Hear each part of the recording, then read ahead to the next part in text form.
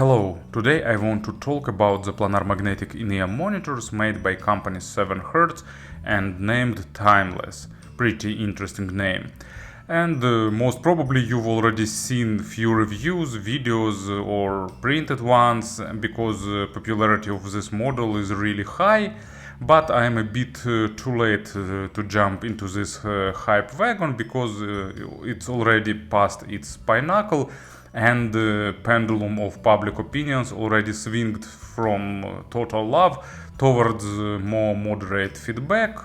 But still, it's a really interesting model because it uses pretty big planar magnetic driver, and it's done really well, but about that we'll talk in this review. And it has a pretty normal price, it's $220.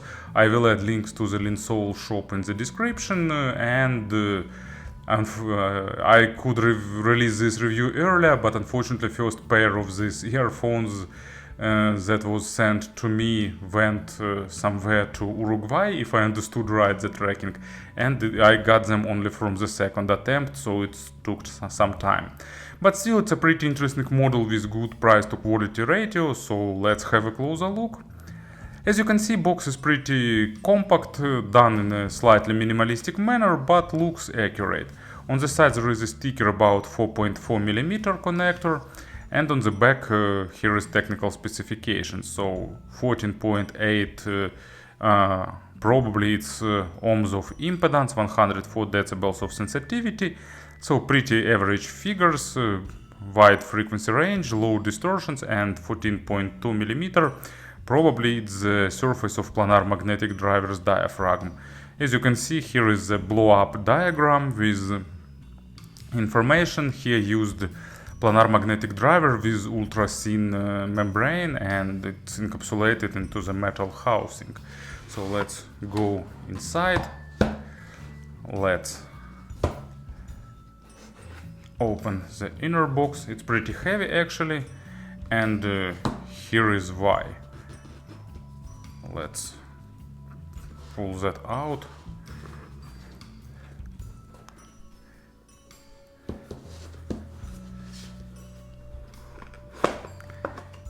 Some message to future buyer of this model, and that's why it's so heavy.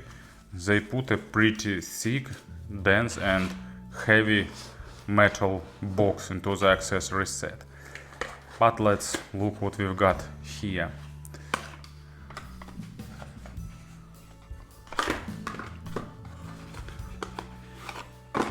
Here are different set of tips, so you can see they even put some plastic organizer and a few different set of tips, so you can select ones that will fit your ears better. And here in this box, of course, leaves earphones themselves. So here they are. 7Hz decided to use classical schema because drivers are pretty big, so they created relatively big shells, but then they added smaller part that touches ear and the spout that goes pretty deep into the ears. So despite of big size of outer shells, wearing comfort is pretty nice. And you can see that they could be slightly smaller because this part is done is made only for decoration purposes. Anyway, build quality is pretty nice, and earphones feels pretty solid, and I like the sense of wearing. During wearing they are pretty reliable.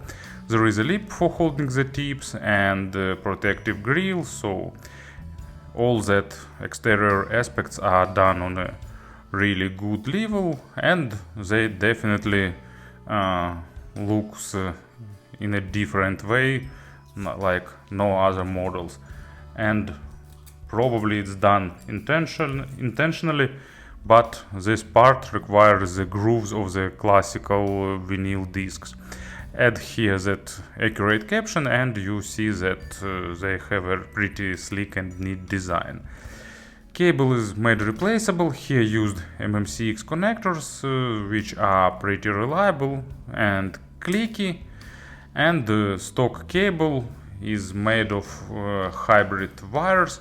If I remember right, it's copper plus silver, and it's covered with silver foiling.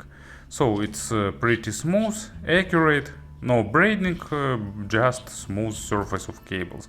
There is ear hooks format, no memory wire, but it's not necessary here because cable is pretty soft, so microphonic effect is low and it's almost not getting hard when it's cold outside. It goes just to the splitter, and after the splitter it just twisted and goes down to the Pentagon connector, so you can see that cable is nice. To summarize this part, in terms of accessory set, packaging and stuff, in my opinion, that totally corresponds the price tire or even slightly surpasses it. And of course about the sound, traditionally I will say that they are really sensitive to the proper tip selection, so it's really crucial to test and to try different options to find ones that will suit you and that will provide you the best isolation. For example, I like this, actually I'm not sure is it green or is it blue, it's some color in between. So I like these tips most of all, they provide the best fit to my ears. They require a burn-in about 15 or 18 hours or so below 20 in general. I've burned them in for 80 hours, checking maybe the sound will change, but only during first 15 hours I've heard audible sound changes. As a player, to provide examples, I will use iBasso DX300, actually good universal option. And about the sound, to be honest, these earphones don't sound like planar magnetic drivers in general, especially comparing with big headphones.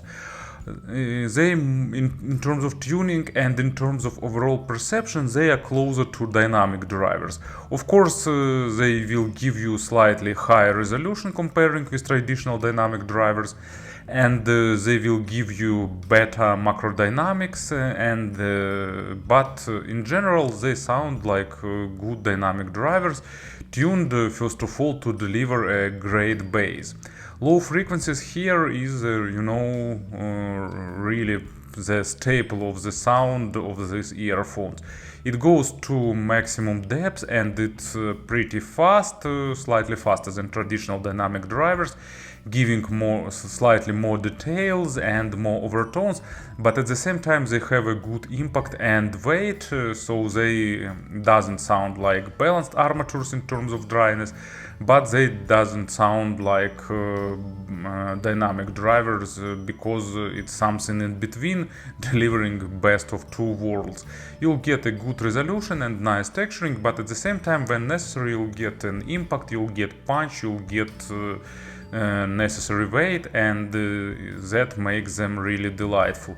In terms of quantity, it's slightly above average, not too bass head, but when necessary, bass appears and it rumbles and delivers tones and tones of enjoyment. So maybe it's not particularly bass head model, but in my taste it's closer to that type of earphones. But at the same time, overall representation of instruments that goes to the low frequency domain is pretty realistic.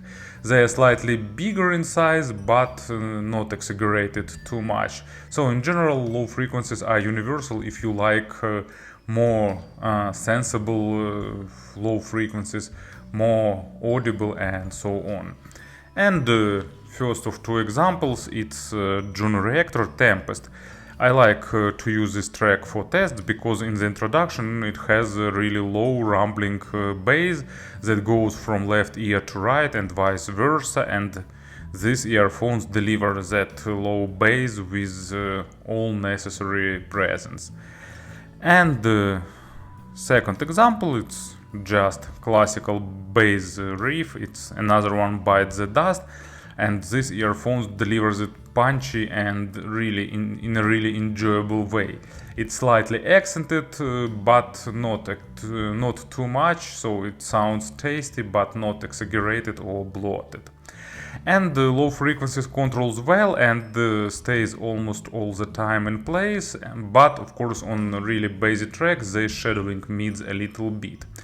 In terms of frequency response, this model is classical V-shaped in representation or W-shaped, because upper mids have or lower treble have spike, but then goes deep and then spike at 8 kHz. But actually mid frequencies are assessed and it's noticeable, but thanks to the good resolution, in general they don't they sound veiled or some move to the second stage too much. So you'll get normal resolution but without excessive focus on the micro contrast. Model is pretty critical for the quality of records, but not too much. They don't try to highlight something like macrodynamics. A slight hint of added weight is present to give a bigger body for the instruments, but not more than that. Imaginary stage is really wide, really spacious in terms of width, but in terms of depth it's about average, so they are a bit... actually they're not flat, but width is great and depth is just normal, so there is a slight contrast. Of course, slightly better depth layering would be a huge plus for them. But anyway, still pretty normal. And as a first example, I've got Northern Kings. Really good time to release in that great project with all best vocalists in the history of metal, or one of the best, of course. And Don't Bring Me Down, it's a fast, pretty aggressive track with great vocal and nice orchestral part, and this model delivers it in a pretty impressive way, because they have that presence that is necessary for the symphony orchestra, and they have that level of detalization to deliver distorted guitars and all nuances in vocal. A slightly bigger boost in the upper mids of course will benefit this track, but still sounds pretty enjoyable, and they deliver that amount of epicness that is required for this track. And another pretty epic track, The Last Sled by Tuomas Holopainen, and for this album it's just a perfect time because it's about the Scrooge and orchestra, female vocal, deep punches, lot of things that goes to the treble area. All that stuff is really impressive and sounds nice. And in terms of treble, they leave a pretty mixed opinion. In general, treble is not accented and I could call it comfortable, but they have that 8 kHz spark that makes them not a proper choice for some people who are sensitive to that particular area. For me, they are not too bright, but if you're sensitive to 8 kHz, keep that in mind, that it's better to try them before buying. Actually, treble is pretty nice, it has above average extension, layering of course really basic, but it's common for this tire, and they have proper attacks and decays and nice resolution, but in rare cases that 8 kHz spike actually is audible.